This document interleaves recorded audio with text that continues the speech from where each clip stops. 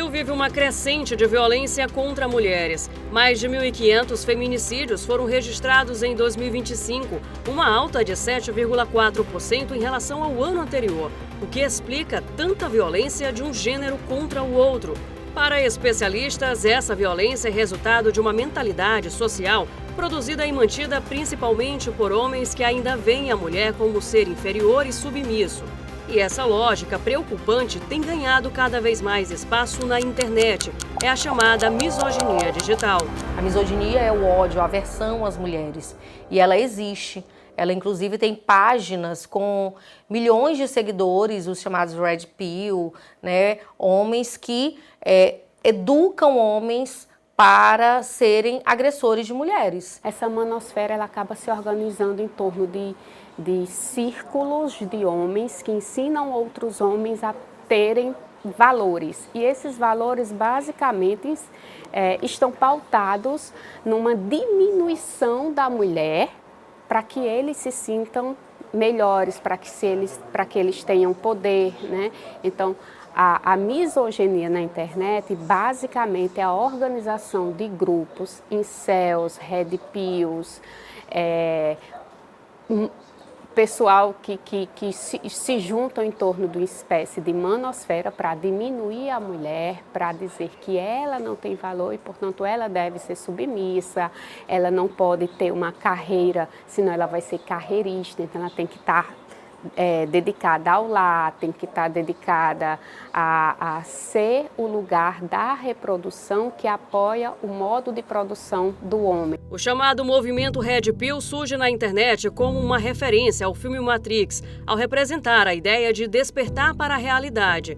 O termo aparece nos anos 2000 e hoje se multiplica nas redes sociais, principalmente por meio de influenciadores. O movimento traz visões sobre as relações entre homens e mulheres e sobre o comportamento masculino, o que tem gerado críticas e alertas. O discurso de ódio contra as mulheres e a grande preocupação do gênero masculino em se sobressair do feminino é uma triste condição milenar. Somente nas últimas décadas que o patriarcado e o machismo vêm perdendo força e as mulheres conseguem ter mais liberdade para viver. É por isso que o reforço da visão patriarcal, agora pela internet, é um retrocesso social.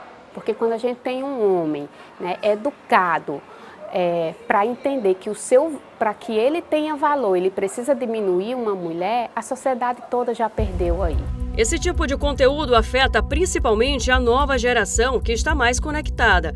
A psicóloga explica como isso interfere na formação de caráter e comportamento de adolescentes e jovens. Quando entra esse tipo de conteúdo na vida deles, o que interfere? Interfere colocar as relações sociais dentro de uma bolha. Como assim? Entender que o homem, ele tem aquela visão de mundo e a mulher tem que ter essa visão de mundo e um tem que ser maior que o outro. Um sempre vai estar acima do outro. Os números de denúncias de misoginia na internet cresceram 224% de 2024 para 2025. Em março deste ano, um levantamento do Laboratório de Estudos de Internet e Redes Sociais da Universidade Federal do Rio de Janeiro identificou 123 canais brasileiros que disseminam ódio contra mulheres no YouTube.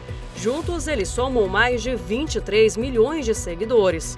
Uma trend na internet virou alvo de inquérito policial. Nela, homens simulam pedidos de namoro ou casamento e, diante de uma possível rejeição, reagem com agressividade. A incitação à violência contra mulheres e o discurso de ódio estão sendo investigados pela Polícia Federal. E tem uma pesquisa recente onde indica que a maioria de quem pratica violência contra as mulheres jovens, aí a gente está falando de adolescente, ainda não de adultas, né? São meninos classe média alta, que estão ali atrás da rede social, utilizando sob a forma de estarem achando que estão anônimos, e eles mesmos que começam essa prática que a gente tem visto muito já nas escolas. Além da incitação à violência, as práticas misóginas se manifestam de diversas formas. Eles vão fazer perseguições contra as mulheres nas redes sociais, na violência doméstica em casa, né, de controle, por exemplo, do WhatsApp, da rede social, saber com quem fala, de stalking, né? E também de utilizar a imagem de mulheres em conteúdo adulto. Foi feita uma pesquisa, inclusive, no período da pandemia, levando em consideração crianças e adolescentes que também são muito assediadas e perseguidas nas redes sociais, que também não é um local seguro para nós mulheres.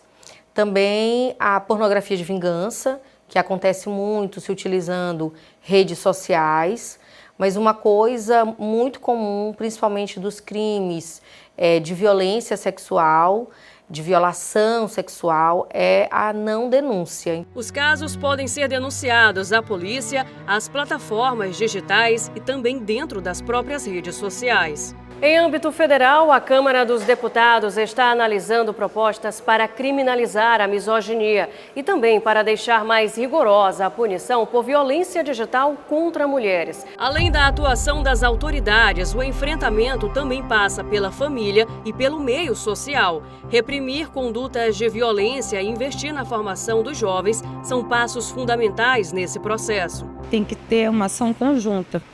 Não, a Comissão de Direito Digital sozinha ela não tem força para isso, né? Uma instituição sozinha não tem. A remoção de conteúdo ela é muito importante, ela tem que ser feita cada vez mais de uma forma mais imediata, mais rápida, né? E a gente está aqui para o quê? Justamente para a gente falar o óbvio. Todo mundo é livre para viver da sua maneira, todo mundo é livre para viver do seu jeito, sem prejudicar a ninguém, mas é livre para ter a vida que se quer viver.